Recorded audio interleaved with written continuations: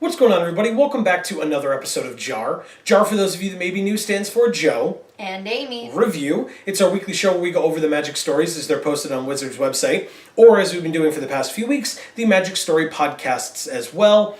This week, we had the last of this set of Magic Story podcasts, and the first little taste of Ixalan.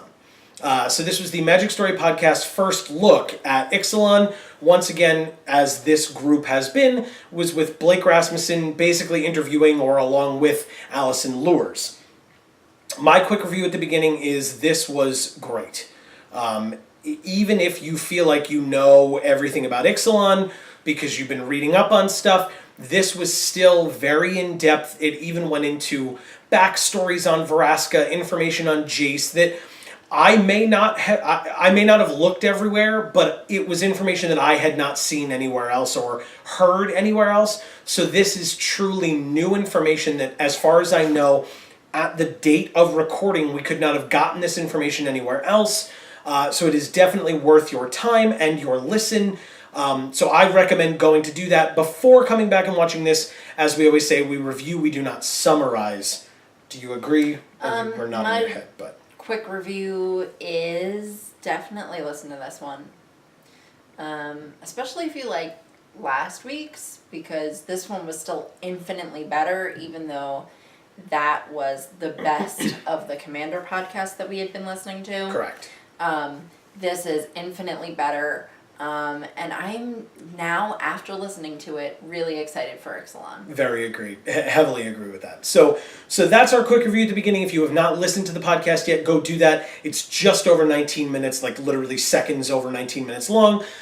So if you have that kind of time, it's definitely worth it. And if you don't, try to make that time. It like I said, it's worth it. On to the full review itself. This was great. This was a nice introduction to Ixalan. It is what we heard. It is a Mesoamerican themed set. It's also tribal based. It's exploration based. We finally get dinosaurs. We get pirates. We get merfolk back.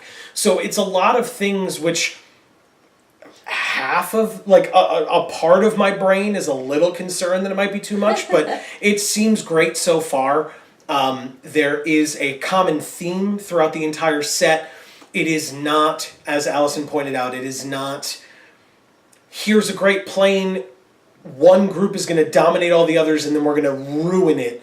And then the next set comes and everybody will be fighting for their lives, which is really what they've been doing for, Kaladesh and Innistrad and Zendikar. Like it was just, the revolt kind of did that, but yeah. The people who were revolting against the consulate who had started making all of these regulations and stuff. So the plane wasn't being destroyed like with Zendikar, Innistrad, or most recently, but in Amonkhet. Well, its innovation was being destroyed. Right, that exactly. Was really the lifeblood of it. So that's the idea, is that supposedly, and from Allison's mouth, that is not what will be happening here. This is a set themed on explorers.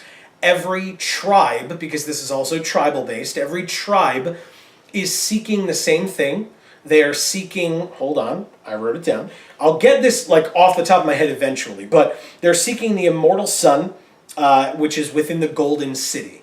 And there are the pirates that are seeking it, the Sun Empire who ride the dragons are seeking it, the merfolk are defending it, the vampires are seeking it as well, and so you have a clear goal for all of these groups. And what you don't have, which we discussed towards the end of Hour of Devastation, what you don't have is the Gatewatch muddling up this independent story that is being told. The only way that the Gatewatch is even remotely involved is you have an amnesiac Jace being around as a castaway, as we've seen his preview card already.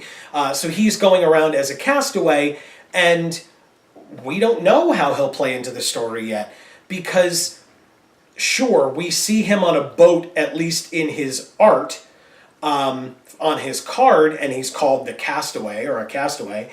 And his outfit is extremely different from what it was, from what it was when he left Amonkhet. Which makes sense because he's on the open sea now. It's like direct sunlight. I don't know. I think it'll be interesting to kind of see that transition, to kind of see, well, this is what he was wearing and thinking and doing as he arrived. Right. And then how he got to the point of, what he was thinking and doing and wearing later on in the story when we get to, as Allison said, kind of find out a little bit more about who Jace would be if he had the choice to be whoever he wanted to be, instead of letting his circumstances kind of screw him over. Right. There's also the other Planeswalker, and the only other, as far as I know, the only other character in this set that we've ever heard of before this, introduction in Vraska. And we're going to see her, the Gorgon Planeswalker. We're going to see her being a little bit different than what we're used to. Again, at least according to what Allison said, in that Vraska used to be this Gorgon assassin type. So sneaking in, killing, hiding in the shadows, or and then being able to choose her contracts and have that kind of be a little bit of her moral compass in, okay, well, I'll take this because this person seems like a bad person. But now she's a captain. She's a leader, a pirate captain of a ship. And what does that mean for her? What does that mean going forward? And what are we going to see? Yeah. And that should be awesome. What I'm curious about is they had portrayed, the last time we saw Vraska, they portrayed her as a villain. There was the Jace versus Vraska duel decks. She was the villainous type on Ravnica when we saw her, or in Return to Ravnica more specifically. Well, a pirate is a type of villain. They kind of go around pillaging and whatnot. Correct. I think what I was going for is Allison seems to be more focused on delving into her motivations and her backstory, and possibly, at least the indication that I got from what Allison was saying is we may become a little bit more sympathetic to her and to her goals and actions when we see her in these stories. And I'm looking forward to that because this was an old JaAR topic if you're longtime followers, but I was much more interested in black and white, good and evil, who's bad and I should hate them versus who's good and I should like them. And Amy was always like, no, you're an idiot. Like, realize that there's more to it than that. There are shades of gray. And I'm looking forward to being able to broaden my horizons, if you will, in appreciating Vraska for her character and herself. And her motivations. Yes. And let those motivations kind of fall onto us a little bit. So we can see things from her point of view. I'm also very interested, I'm not going to remember the name of the card because, again, they were just spoiled, but there was a card that showed, or that had flavor text referencing the fact that Vraska was following a map that was given to her by Nicol Bolas.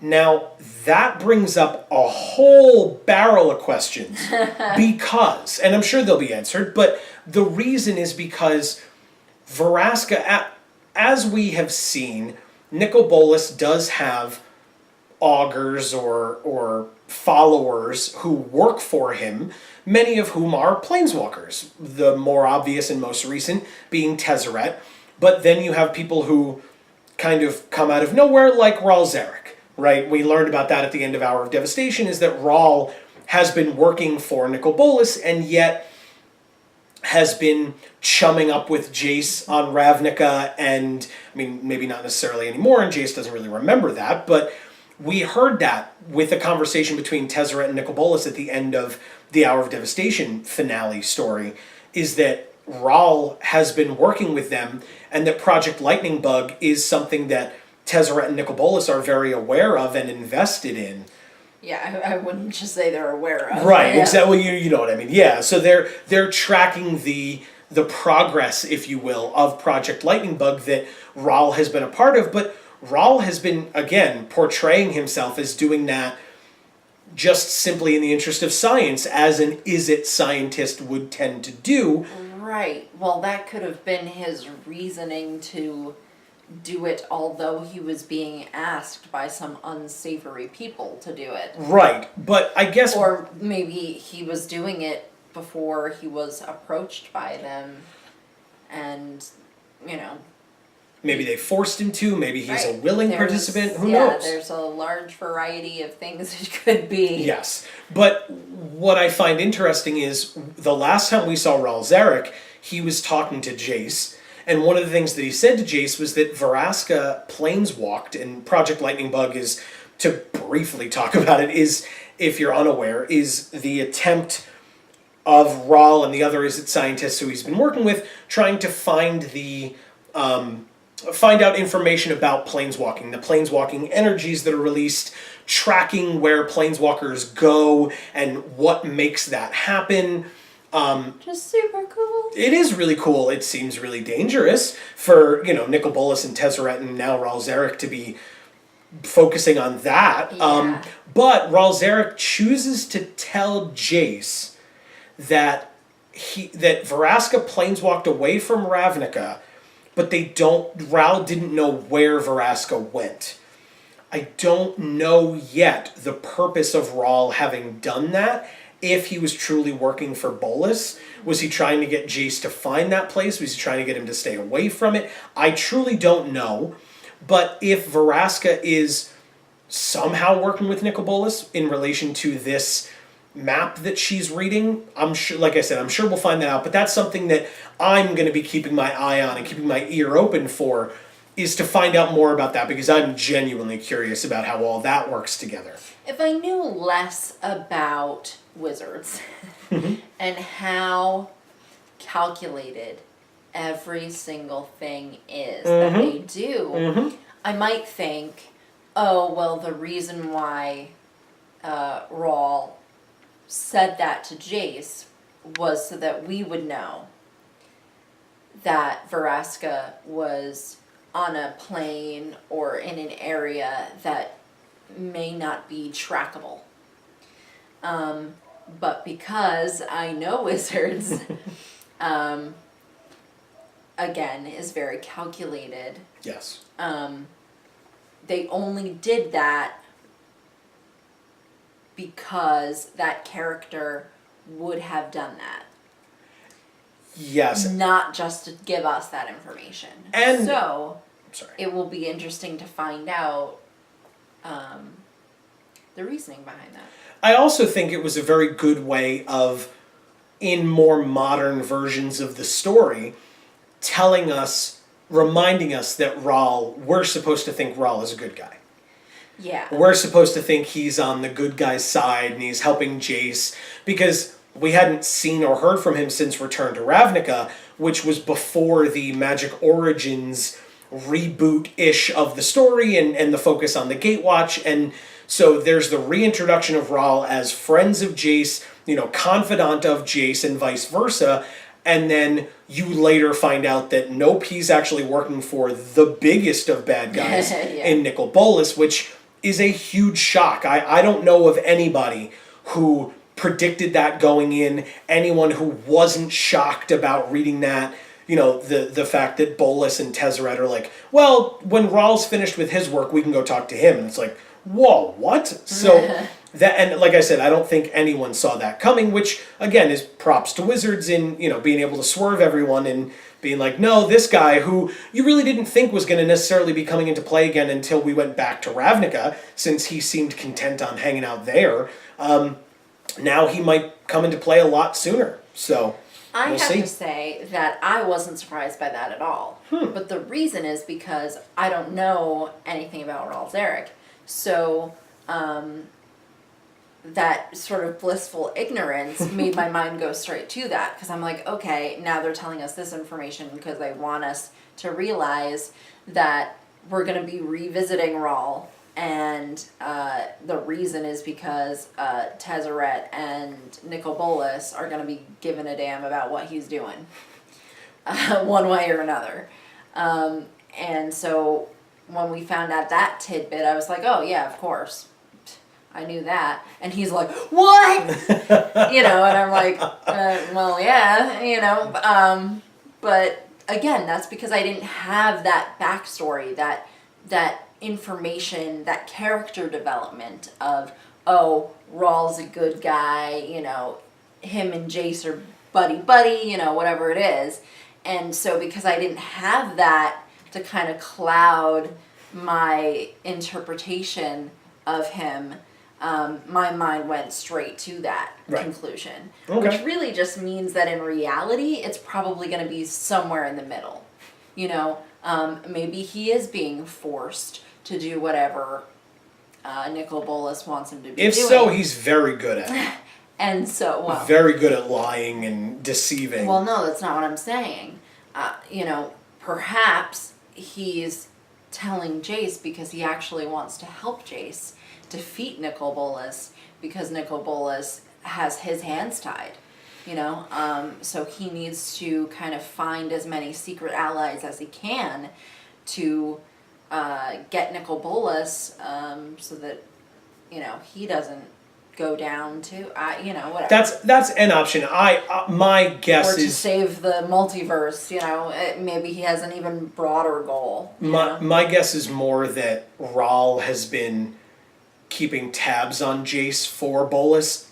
That's just my thought, is that Jace is supposed to be, and he's not, but he's supposed to be more centered on Ravnica now because he's the living guild pact and he has responsibilities, and so with Rawl cementing himself there, it just makes more sense that he would be the one who would be working for Bolas but keeping tabs on Jace, but yeah. So... Or maybe we'll come to find out if somebody was kind of stepping into that role a little bit while he was gone. Kind of pulling the reins a little bit in their favor, because they are able to take a little bit of that power because Jace isn't really around. So... Well, we shall see. We're getting way off track. Yes. But this is because this is the start of a new set. There's a lot to talk about and a lot to unpack, and we're going to have many, many weeks to come to talk about that stuff. And hopefully a lot of those questions will be answered. I'm sure, well, and again, if it's not in this set, they will be answered eventually. Right. I just don't know if it's going to be in this set or even in this block that we're going to get all of those answers, but we shall see. I wanted to just touch on the tribes. I am of the opinion that I think it's a little silly for Wizards to have done the very tribal-based Commander 2017 and to focus so heavily on tribes are the focus of Commander 2017, and we have vampires and dragons and cats and wizards. Oh my.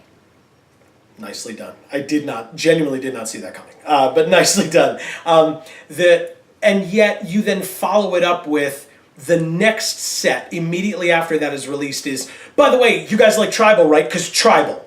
And it's like, wow. Like, I get that fans have been like, hey, tribal is really important. We love, lords to see that they buff up all the others of that creature type. And that's good for casuals in terms of making a commander deck or making... that it's fun to make tribal-based decks because it's super easy. You just find all the elves or find all the vampires and find cool synergies with how they all work together. And that's not a disparagement. I love playing tribal. I have a zombie deck myself. But the fact that you've been so far away from tribal for so long, and then you're like, okay, special release of Commander 2017, tribal. Okay, right immediately after that, Ixalan, tribal as well. With dinosaurs and with pirates and with vampires again. Concept art here was clan and shard based. That's different. That wasn't a creature type, that was colors. So that was allied colors and color triads, if you will, because it was 3 color clans. It wasn't about buffing all other creatures of a specific type. Okay. That's more what tribal means, is that it's creature type, and you care about the creature type on the card because all other creatures of that type get benefits of some kind with that. Okay. And it seems odd to have one right after the other. That being said, in this podcast, which is what we are reviewing, Allison focused on the tribes that we're going to see in, again, dinosaurs, vampires, merfolk, pirates. And I feel like I'm forgetting one, but Yes, you are. what am I forgetting? I don't know. Okay. Say them again. Merfolk, dinosaurs, pirates, and vampires. Vampire conquistadors. We have, I mean, there's humans as well, but for the Sun Empire folk who are riding these dinosaurs as well. But we find out little tidbits about each because, like I said, you have the dinosaurs that are more focused within the Sun Empire, and the Sun Empire kind of uses them as mounts or steeds. You have them being feathered as well, which was very important. We've discussed that previously as well. It's what scientists have said would more accurately be how dinosaurs would look is with feathers because of evolution and et cetera, whatever. Then you have the vampire conquistadors seem to be so cool. Yeah. That they are kind of the invading force, and we'll talk more about the fact that this is not a set or a block based on an invading group. We'll talk more about that towards the end. But you have the vampire conquistadors. They are clearly outsiders showing up, not properly dressed for the, wearing their proper Jungle. attire. Right, they're in like heavy, sweaty armor and all these other things, but they are seeking the immortal sun because they believe that it used to belong to them and then it was stolen, so now they're seeking it again, but they're going to be butting up against all of these other groups who are doing the same and or, as we said with the merfolk, defending it as well. And so we're going to see all of these groups coming together and clashing. I mean, it's still going to be a fight type of a scenario, but we've been promised that it will not be plane breaking or world ending in its scope, which is nice. That'll be nice to see because they promised kind of with Kaladesh of like, okay, we just went from Innistrad and Zendikar of total and complete destruction, world warping, and so we won't have to worry about a lot of that here. And then they still kind of took the plane, turned it upside down, and said, there are going to be curfews implemented, and we're taking all your inventions, and so it still kind of went that route anyway. And now we're moving away from the two set blocks anyway, so we don't have to worry as much about that structural point in the middle where it's like this is the event that happens where now the next set is necessitated. And we'll find out what that tipping point is here, if it's not going to be, massive destruction, etc. Go ahead, I'm sorry. No? Okay. Well, we were talking about the vampires, and I know that seemed really cool. I like that Allison was giving a lot more of a description on them, and that they seem very much religious based. They drink, they feed only on the blood of the guilty, and the blood of what they consider to be evil. They are seeking out this immortal sun that they used to own that belongs to them, for the purpose of hopefully not being able or not having to drink blood anymore. Correct. If they have it, it's supposed to create a situation of some kind. Yes. Where it will make it so that they don't have to drink the blood of the guilty. Right. And this is... So, I mean, that's a virtuous goal, I guess. It will definitely be cool. I'm definitely looking forward to seeing it. This is the kind of the invading group. They had expanded their empire and taken over a large portion of the continent. In fact, that's how the pirates were created, is that the vampires in their growth kicked out the pirates' ancestors, kind of sending them to the sea. And so the pirates that we see in these stories are the descendants of the people who had been kicked out by the vampires. And so while they may not have a land to call their own, they, as Allison put it, they own the sea. Fantastic. I love that setup of that's the reason why they're pirates. They're not just, people of the Sun Empire who are just seeking treasure. They are truly displaced refugees, as Allison put it.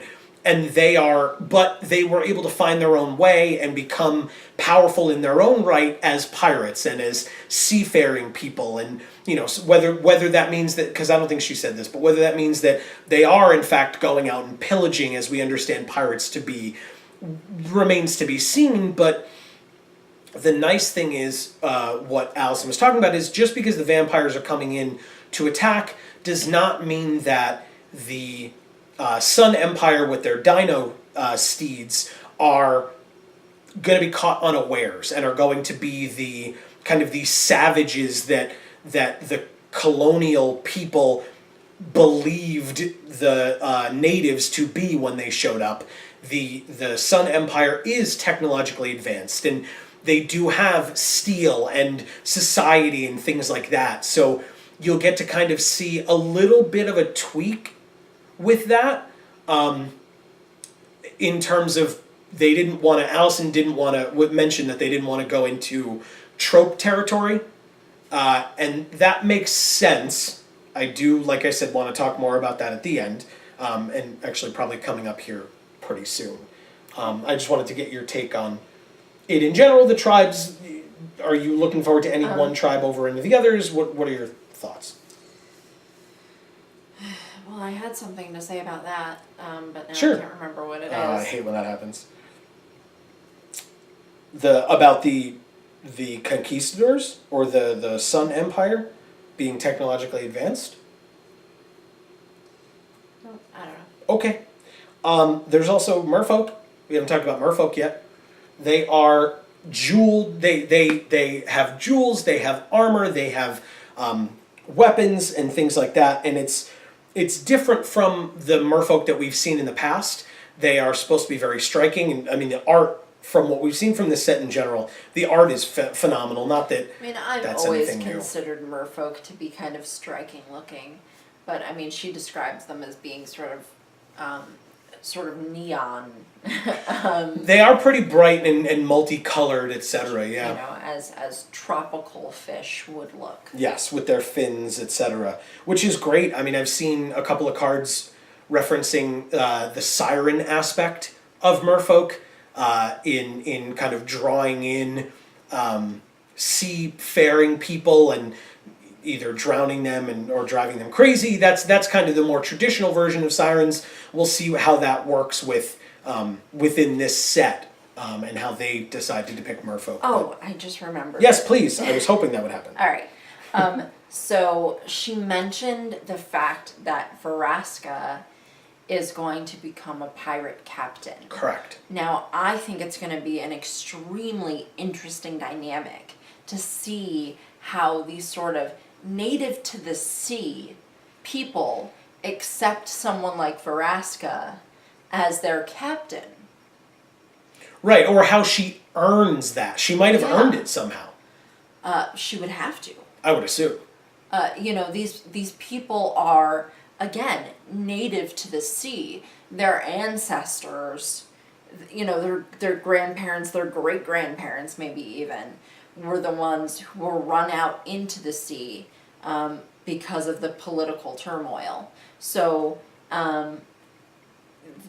these people are pirates because that's all they know.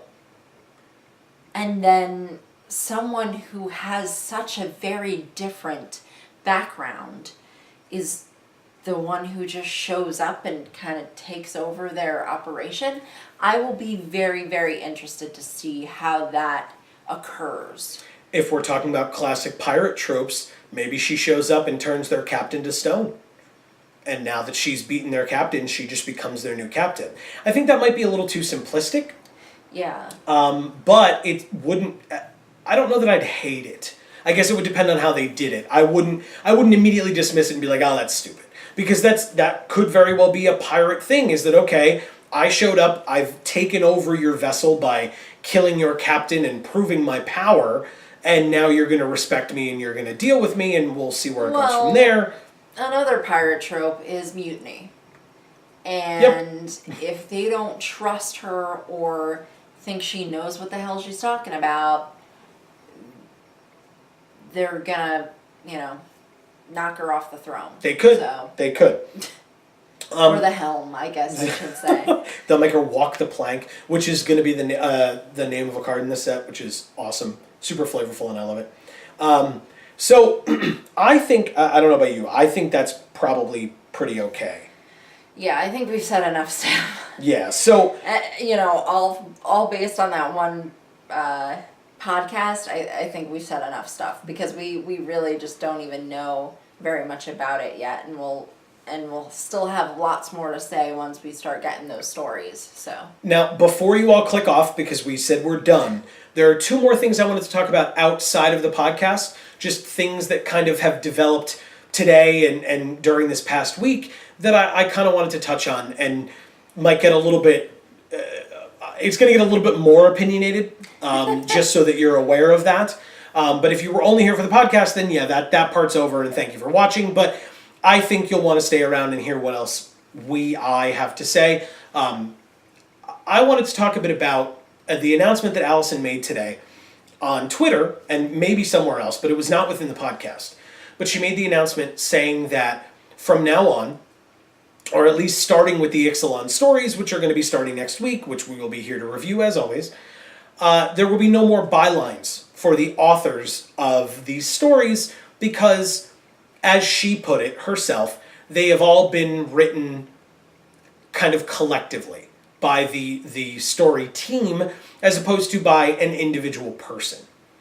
Now, I don't know that this is speculation, and it is not even speculation from me. It is speculation from a lot of the people kind of responding on Twitter and not getting responses back, interestingly enough, whereas some other people who were responding and asking questions were getting replies. And I don't know if this means that it's because Allison went home for the day, or if she doesn't want to talk about it. And either way, it's fine. I am in no way asking her to comment in reply. I just want to talk about it, because there are two sides to this. There are people who agree, right? And they're saying, look, that makes perfect sense. Matt Tabak, who works for Wizards, also correctly pointed out that you at the bottom of each card, individual card, you don't see designed by Mark Rosewater, right, designed by Aaron Forsyth or whomever. You don't see that, because the card itself is what matters, not who specifically had a hand in creating that card. Of course, you have artists and you have the illustrator name at the bottom of the card. That's a different story. That's a licensing thing, and there's laws with that and stuff. But right. Well, also the fact that that person didn't create the idea, the art direction for that card. Mm-hmm. Somebody else did. Correct. Or a team did. Correct. And they're just taking those directions and making a picture. So they're sort of being commissioned on the work of that. Mm-hmm. So it makes sense to need. Yeah, it's like a contract type job, which right. is... Yeah. So it makes sense to need to credit them. Yes. Whereas it maybe doesn't make sense to credit the people who worked on just the card design and building. Well, that's also because that is truly a team effort. Right. You have somebody who suggested the mechanic that is now on the card. Somebody else suggested the tribe that is going to be on that card. And then somebody else looked at it and was like, that might not work, let's tweak it a little. And then somebody else comes up and goes, well, if you're going to tweak it a little, tweak it in this direction, not in the other. And so it really truly is collaborative in that it goes through from what we understand from listening to interviews and panels and things like that with the R&D team. Yes. Most cards, although not all, there are occasions where a card from the moment it's thought up is basically unchanged until it's released into the public, but there are others That's really few and far between. Correct, but there are some that go through so many different changes and tweaks and iterations because they need to make sure that it's balanced enough, and we know as well as you do that doesn't always work, right. But they try their best, at least, in terms of trying to see every line, and right. There are a lot of other cards, and that's a different discussion which I don't want to get into here. Right, that's a whole play testing thing or right. whatever else, yeah. But I think that something that somebody brought up, and I don't remember their name. It was on Twitter. It was through this discussion. Something that somebody brought up, which I found fascinating, because it was something that I hadn't thought of, but that made perfect sense, is that somebody said, look, I can understand that it's a collaborative effort between the entire story team to write these stories, but it does make it a lot harder for the individual writers to get their name out there for rehiring purposes somewhere else, or, and not even if they're let go, because we've seen recently people like, and I'm sure I'm going to forget some, but people like Mel Lee and Michael Yi Chow, who have written some great stories, go to move on to other opportunities, and they've said that. They've said, I'm moving on to do something else and pursue a dream or whatever the case may be. But they have all of these stories that they can put their name to. They can point to that. If you Google Michael Yi Chow, you're going to find these stories with the bylines. They'll just be in their portfolio, kind of a thing. Now, whereas, if these stories aren't getting a byline and they're being done so collaboratively, they might not be things that they can add to their portfolio. They can't necessarily say that it's part of their body of work. Now, in response to that tweet, Allison did in fact reply, and what she said was that it's a good point and that there will be recognition of the Magic Story, individual story members, story team members, at the end of the set or at the end of the block. That is what seemed the most odd to me. Yeah, I'm not really sure what she means by that. No, neither am I. And I'm at a loss, right? Because I don't, like you said, I don't understand. And at the same time, I'm aware of the fact, and I struggled with this personally. I struggled with even talking about this on the show. Because in the grand scheme of things, it's none of my business, right? Like that's a perfectly valid response, is that it's none of my business. It's not my business to say, well, they should be more upset by this, because Allison said that it was a group decision that they came to. I know that Kelly Diggs responded and said that it was a group decision and they're all okay with it and looking forward to it, and said, enjoy the stories. I'm sure there were others and I may have missed it, but that was the responses that we heard from the people who are seemingly being the most affected by this decision. And yet I had a really strong opinion in response to that. And like I said, I struggled back and forth with, is it any of my business? Is it anything that I should even be concerned with? They're okay with it. Let them do their thing. But at the same time, it's like, sure, maybe a little tinfoil hat, but I just hope that it truly was a group decision. Yeah. And that it truly was something that they wanted to do.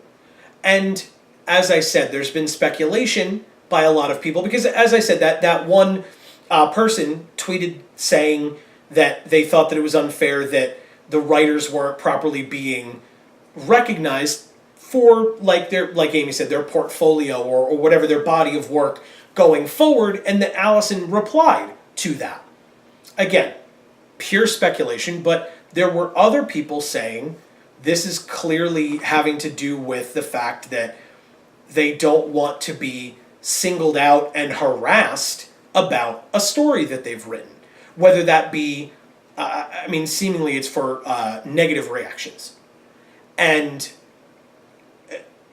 I would really hope that that's not the reason or the motivation behind it, but I can't say that I would be surprised if it was. And I also wouldn't be surprised if it was not the sole motivation, but if it was part of it, because again, it's not black and white. There are shades of gray, and so that doesn't mean like that's the only reason and there's no other reason why they did it. But it would be very upsetting, right? If that were the response, that these writers who have been working so hard on these stories are getting this kind of pushback and this kind of ridicule. And so now they're going to remove their names from it so that you can't point to a single person and say, you, Amy, are the one that wrote this and you're terrible for it and what the hell is wrong with you and you should be fired. And yet they're still going to give them recognition at the end, which leads me to believe that that could be the reason. And again, I may just not even be entitled to know the answer to that because it's none of my business. And so that's kind of where I'll pass it along to you in just a moment, and I apologize, bear with me. But I want to pass it along to you guys as always as well. What do you think? Did you know about it before I mentioned it, but do you have as much of a reaction as I do? Are you concerned? Do you not care? Do you think that I'm going over the line and that I should mind my own business? Because that's any opinion is a perfectly valid opinion, but let me know what your thoughts are. And like I said, I want to hear yours as well. I think my theory is really just that, as we know, the last set of stories were primarily written by Alison Lors. Correct. And then all of these podcasts were done with Alison Lors. And Alison Lors is the one who's always tweeting about this, that, and the other. And I think what happened was there was this large shift in the workload in Alison's direction. And then to even that out in some way, they decided, let's make these stories more collaborative. Let's take as many people as we can, stick them in this room, and have them put all of their heads together to make these stories great. So it doesn't have to all fall on somebody's shoulders or a few people's shoulders. And it can be more of a wizard's thing and less of a this particular person thing. That's my take on it. And personally, I think that's, I don't want to say I think that's better, because I don't. But I think it makes sense for, from a business standpoint, I think that makes sense. For the individual creator's standpoint, I think it's possibly a little bit shady. But again, we don't know how much say they had in it as a decision. Correct. So, if it's one of those things where, well, your company says you have to do this, and so that's what it is, even though you're not going to like it, then I don't like it. And but I think I do like it if it's sort of the opposite of that situation. But again, we won't necessarily know what the situation is. No, and that's a collective we. All of you watching and ourselves, unless you happen to be watching and work for Wizards of the Coast and truly know the answer, and then, please feel free to let us know. But no, again, if it's none of my business, it's none of my business. Like, that's just... But and it's funny, because I definitely thought of that. I thought of the fact that, because we talked about that a few weeks ago, when this set of podcasts started, and they weren't very good. They weren't very compelling and interesting. And we talked about the fact that, and I stated my opinion, and that's truly all that it was, in that Alison had originally promised that there would be no more breaks in the Magic story, because that's how they'd done it in the past. It was like, okay, the story's over, we'll see you in a month. We'll see you in 5 weeks, 6 weeks. And now it's like, it's like, no, we will have stories in the middle, like the Commander anthology stories, or the Commander 2017 podcasts, and we'll throw these in there. And the Commander 2017 podcasts, at least in the beginning, felt really thrown together. They felt like, and again, my opinion, and I said this in a previous video as well, it really felt like it was Alison saying, crap, I promised them this, and now a bunch of people left to to go do other things, and yeah, now I I'm mean, the only one left. They lost several people. Yeah. In terms of employees, and that's going to obviously affect the way the stories are written, who they're written by, and the quality of them. And I will say, I mean, Allison really picked up the slack. I think there was it was like 4 or 5 weeks in a row where the content was solely Allison. And I would challenge something that you said, because I don't know that you fully mean it. Okay. The stories, I don't think, suffered. The story podcasts and the content in general, I think, suffered in that respect. But I don't think the stories did at all. Okay. I think that they were the same as usual in that, maybe certain aspects of certain stories weren't perfect, but there was definitely not anything where we looked at the story and we were like, well, this is clearly Allison being overworked. Yeah, no. I don't think that was the case at all. Sense, no. But we did get that fear. Yes. And I think we got that fear for a legitimate reason, because I think it was actually in some way an issue. And that's what leads me to believe that this decision might be a good thing. Right. And I genuinely hope, I mean, there was one. I don't want to say there were a few. There was one in the thread that I was looking at. There was one person who responded to what Allison said and referenced, the fact that like they should get thicker skin or something because they're not willing to listen to criticism or something like that. And I think that that's way out of line. I think that that's way off base. I think that, and especially because coming from a guy who is one half of a review show where we review the stories, because we start every review by saying this is whatever story by whatever author. Yeah. And then if we proceed into the story and we go, this wasn't very good, in no way do we ever, or have we ever, said, this author sucks. Right. This writer is bad. We say this story was not the best. Right. And understanding that they are the ones who have chosen what word to put after the word that they put in front of it.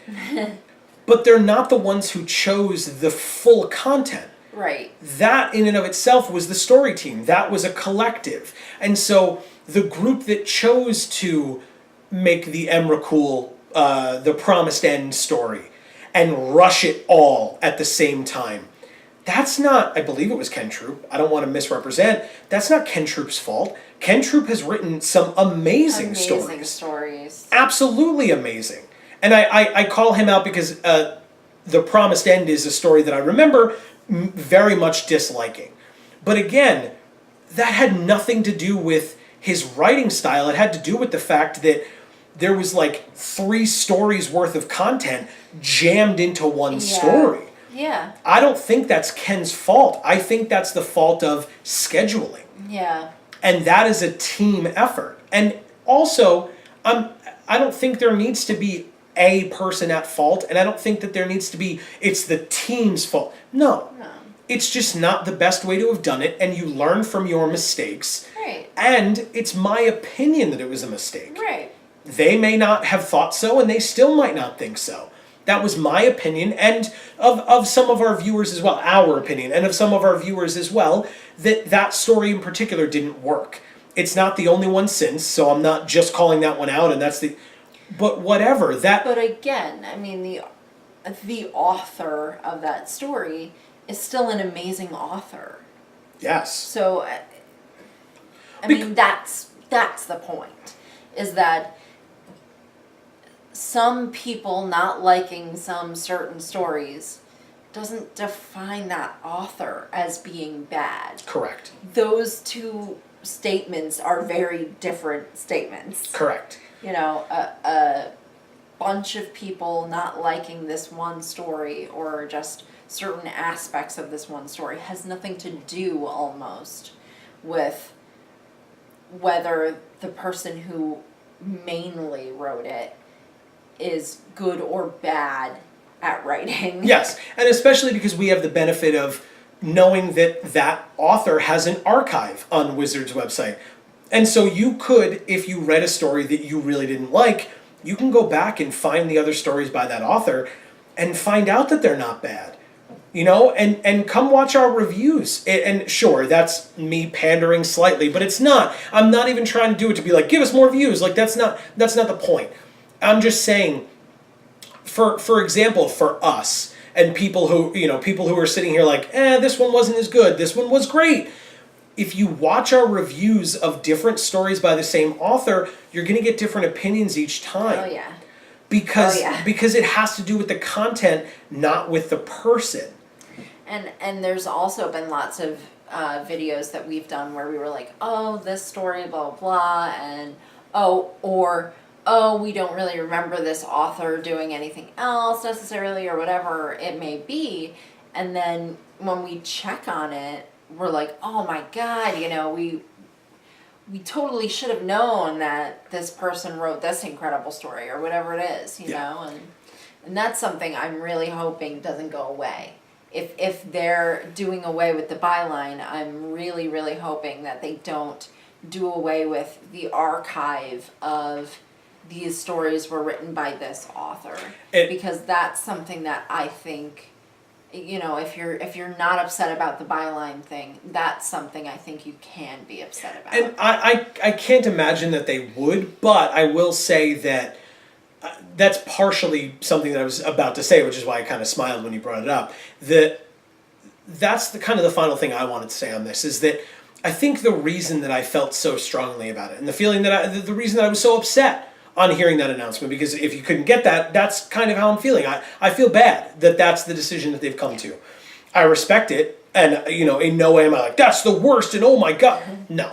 I'm not happy about it, but if that's what they feel is best for them, then that's what they feel is best for them.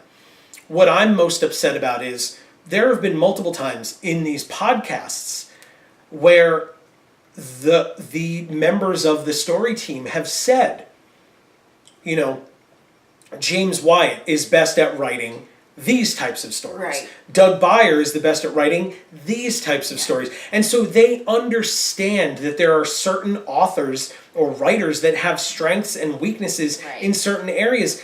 Heck, Allison talked about it a week or two ago in these podcasts. She talked about specifically herself versus Ken Troop, and the fact that she is really good at writing two people sitting at a table having a discussion and making that be dynamic, whereas Ken Troop is really good at writing universe-spanning, life-affirming moments that are beyond the scope of anything that we mortals could possibly understand. Right. That in and of itself, like Amy said, that's where you lose a writer's voice. And is if you have these stories but you don't attribute them, you lose the fact that that person has a particular style. Yeah. And sure, if we know that. And not just a style, but something that they can boast, because it's their strength. Yeah. Like you said before. And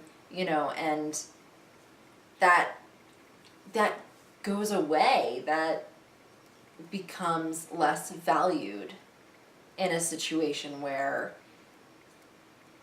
it's a collaborative effort and nobody gets credit because they don't want to credit everyone. Yeah. Or whatever it is. That individuals' strengths mean less in that scenario. Yeah, and it's a damn shame, because right now, like I said, I will still read a story and I'll say, this seemed very Ken Troop. if it does go grandiose like that, I'm still going to say that. Or, two people sitting down at a table and they're having a discussion and that's the whole story, that seemed very Allison, And yet, if there's a new member of the Magic Story team, I'm not going to be able to do that with them. Because I'm not going to know who that is. And I think, again, my opinion, our show, that's the idea. Yeah. Please give me yours in the comments. But my opinion, that's a disservice to that future writer. Right. Because they don't get their work. They don't get to have somebody fall in love with their work in particular. Who's my favorite author? Do you remember? No. Chris Laitois. Oh, yeah. So good. We haven't seen him in a while, and so I don't know if he's still involved or not. We haven't heard much about him. As far as I know, based on my crappy research, he didn't have a Twitter page that I could find, but he does such good work. And I won't find another like him if someone new comes in, because I won't know who they are. Right. You know, I'll be able to say that story was great, but I won't be able to say Chris writes amazing stories. And maybe that's what they want. Maybe they don't want me to say Chris writes amazing stories, or Ken or Allison. They want me to say the story team makes amazing stories. And maybe that is sort of attributed to people's opinions, you know, being very heavily in one direction or the other. You know, maybe lots of people have said, gee, I really like this one author, which really just means that all the rest of them suck, you know? And that's not right. I mean, if you're an objective reader, you can take each story for what it is, and therefore take each author for who they are and their strengths and weaknesses, and appreciate each style separately, and be able to enjoy each of them in their own way, and still have a favorite writer, but not think that any of the writers are bad as a result of that. Right, and you know what I think, not that I'm saying that this is a perfect fix, because people would just skip to it anyway, but it might even be better to have the byline at the end. Because then you don't have that bias. If somebody goes in and they're like, oh, this writer, oh, they suck every time. You just read the story, and at the end you can be like, oh wow, that was by Allison?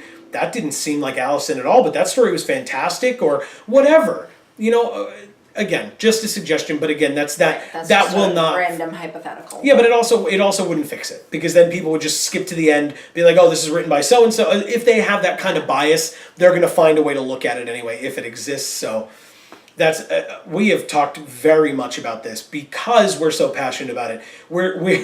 We are, as always, for better or worse, showing off our Hashtag Vorthos Pride. Because it's important, right? This is something that we've invested a lot of time in it, and I'm not even talking about sitting here talking to all of you, talking to what is in fact just this camera at this moment that I'm doing it. But I'm talking about just reading the stories, and even the discussions that Amy and I just have with one another before or after this camera turns off. Right. That's the amount of time that we've invested in these people, in these authors, these writers, and it feels like a shame. Yeah. And a disservice to them. And if it is truly their decision, of course I respect it, because I respect them all as workers and as artists in what they do. It's just, for me, it's a little bit of a shame. Yeah. The last thing that I wanted to talk about, because good God is this video long, and I'm sorry for that, but I genuinely hope that all of that was informative, and that you have an opinion, and please, like I said, share it down below, because we love having that discussion. We love hearing from all of you, and if you have the same opinion as us, please feel free. Right. But if you have a different perspective, we definitely want to hear it. We are never looking to shoot anyone down. Always. We're looking to hear different thoughts and opinions, because if it's just we want a different perspective coming at us, because we need to have that objectivity. Yeah. When, in order for us to be able to review things in an effective manner, we need to be able to kind of step outside of whatever our bias is, and see it from another perspective. Yeah. And so it's very important to hear from you guys if you disagree with anything that we say. Yeah. Because that'll help us be better reviewers. Mm-hmm. And it'll help you be better at analyzing things as well. Yeah, and it allows us to maybe have that further discussion, because we've said things in the past and have just flat out been wrong. It's not even like, because we've stated our opinion, but there are some times where we'll say things and believe that they are fact and be corrected and have to retract it and say, look, we're really sorry, we misunderstood or whatever. Like, that just happens. But if nobody tells us that, then we're just going around believing the wrong thing, and that's a problem. So we appreciate hearing from you guys, for real. Yes. Now it's important. It very much so. And so we talked about this podcast, and we talked about that it was Blake and Allison, as it has been. Blake was also part of an article that was written earlier on this week, again at the time of recording, earlier on this week, where they discussed the leak of Ixalan. Yes. It was an entire sheet of rares and mythics from Ixalan, which at the time was huge. Yeah. It was really hard to see, like it was a grainy, crappy photo, but some of them were really obvious and apparent. We knew that we were getting a Jace Planeswalker because of this. Now, the other thing is when you see stuff like that, you're always like, well, we don't know if it's real or not because Wizards doesn't say if it is or it isn't. This article did say that it was real, but it said that it was real in conjunction with releasing all of the cards that could be seen, in those images. And so what they did was they said that because of that leak, a lot of things happened. First of all, that leak came out before Hour of Devastation was even released. Right. And this was a leak of Ixalan. Now, I'll just reiterate what the article said very briefly, only to say that I agree that there were definitely people out there who I know and who I've seen who were like, sweet, check out all these great cards, and now I know what cards to get that are going to be good in Standard because they're going to work well with these rares and mythics. And there were other people who were like, what jerk took a picture of this sheet, posted really crappy, quality pictures online, and now everyone's sharing it around all over the place. And ruining the experience of seeing the cards for the first time when the set is released. If you care, I'm in the second group. Because I think it's stupid. I think that, sure, I also don't play Constructed, and so I don't fully understand the trouble or the trepidation in buying into a deck for Hour of Devastation Standard and then finding out that a bunch of cards in Ixalan just hate on that deck, so now you have to move into a new deck, and so you're spending more money because you're buying the singles as opposed to, or trading, as opposed to just playing the right deck all along and just expanding on it with more Ixalan cards. Well, at the same time, Wizards, again, to mention playtesting, Wizards should have been able to prevent something drastic like that from happening. So I think the only situation where it really would be that is in a kind of not drastic manner, so maybe people shouldn't be that up in arms about it. I mean, unfortunately, as we've seen recently, Standard was in flux pretty heavily recently because of there were multiple bannings that came out of nowhere, and it was because they printed cards without understanding the interactions within the most compressed format that they had available to them, the constructed format that they had available to them, which was a little disappointing because, again, people who invested in Copycat Combo, for example, Felidar Guardian was just ripped out from under them. Reflector Mage, Emrakul, all of these cards, Smuggler's Copter, that were banned, people were upset by that. And so... Yeah, because honestly, they should be able to do a good enough job where they shouldn't have to be banned, because they shouldn't have to be that OP, because they should be making it in a more effective and cohesive manner where that's not happening. And so what Wizards technically did in response to that is they hired an entire playtest team to focus on that. And basically it was just good professional Magic players. Yeah. And it was to say, okay, this set's coming up, let's give this entire set to the playtest team, break our format.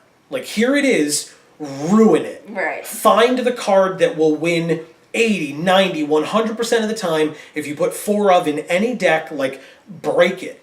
Because they want that. They want to now know that they're not having these issues. Regardless, that is why there are people out there who appreciated this leak, because then they could see, like, wow, this card's busted. I'm going to need to invest in cards that are super cheap right now in that color or that work well with that card. Let me go out there and do that. Wizards had to respond to that. And what they did was they changed up how spoiler season would work. They also responded to it in doing research, finding the person who did this, and arresting, not Wizards didn't do it themselves, but getting that person arrested and sent to jail for a period of time, because it's theft. It's physical, actual theft, but it's also intellectual property theft. Mm-hmm. And, copyrighted materials and whatever you want to call it, that was stolen from them. Right. And so they, as Blake or the other person in the article whose name I now don't remember, but that was like a vice president of marketing or something like that. Right. They said they take this theft very seriously, and they should. They have to. They're a business. It makes to. sense.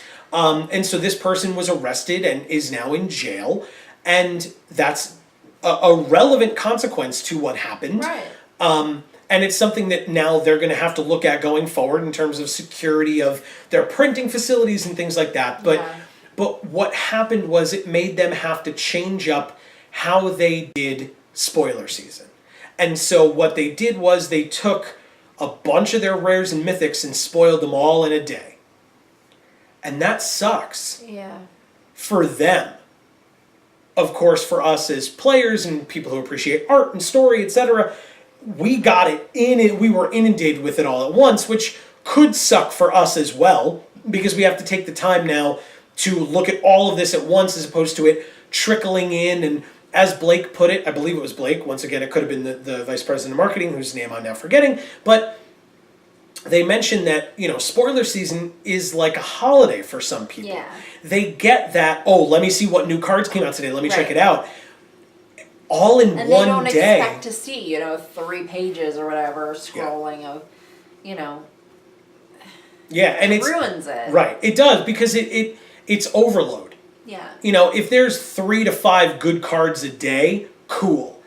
And then you can talk about those 3 to 5 good cards with your friends, with your play group, with whatever. Right. But if it's an entire uncut sheet, your willingness to do that, as well as your ability to do that, are dampened. And it also dulls some really good cards that are overshadowed by some other better cards. Right. You're still showing. They wouldn't have spoiled at the same time. Yes. So that you would have been able to have better appreciation of every card instead of just the ones that are better in this group because they're in a group. Yes. So I guess because this is Joe and Amy review, my review of this is, I think Wizards did the best they could with the situation they had. Yeah.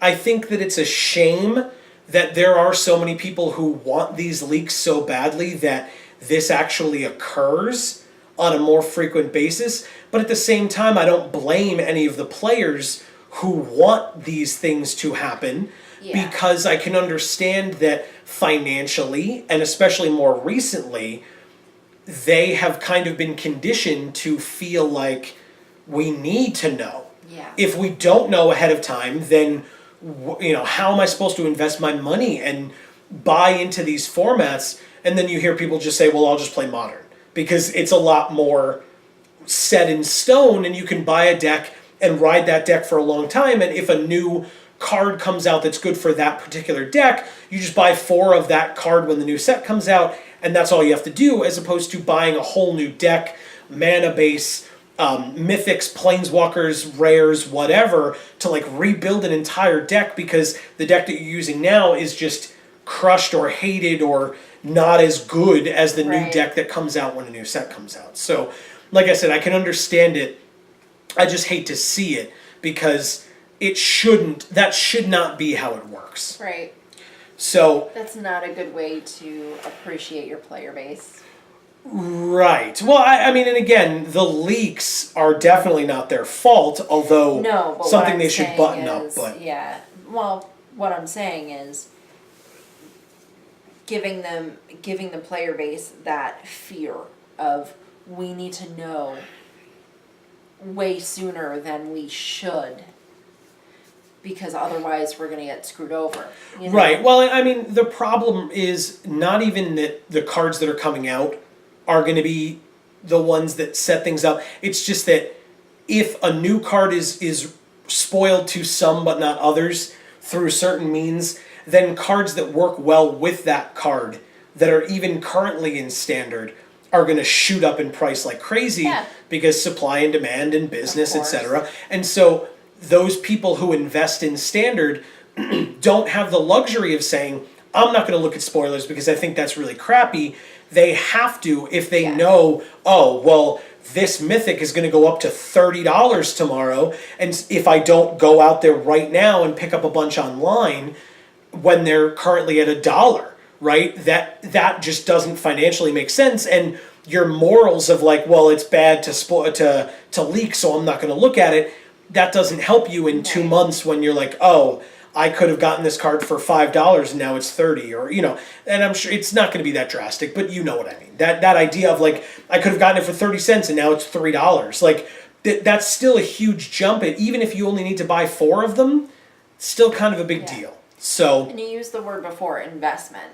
Yeah. You said Yeah. they need to know how to invest their money. Mm-hmm. And so I think people really need to realize that Magic cards are an investment. It's not just, oh, well, I want this thing, so that's the cost. I'm going to pay it and have the thing. Mm-hmm. Because the prices are always fluctuating, and that's important for having the cards have a value. Mm-hmm. I mean,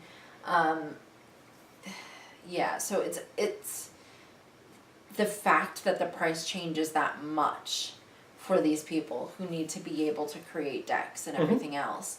I mean, that really hinders people's ability to play and ability to, just keep on with this hobby. Maybe they're just collectors, and then they can't afford to collect things because the prices keep arbitrarily skyrocketing because, oh, well, here's a good synergy over here and a great combo over there. Right. Or a combo gets killed, and so a card that you've invested in now drops to nothing and the floor falls out because, there's a better... And the only reason why you were willing to pay that money to begin with was because you assumed a certain amount of return value would be placed on that card, and now that value is gone, so you're losing a lot in that situation. Yeah, no, definitely. And it's not fair.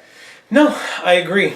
What I also agree on is that this is a very long video. Yes. Thank you all so much for sticking it out. Yes. I mean, thank you for watching any and all videos of ours that you watch. This one was a long one, and I hope that you understand why we wanted to get all of that out and talk about all of it, because it was important to us. Hopefully it was important to you as well. And hopefully we'll see how important in the comments. I really want to hear from you guys on some of this stuff. Agreed. And thank you all for taking the time out to hang out with us today and give us those opinions, etc.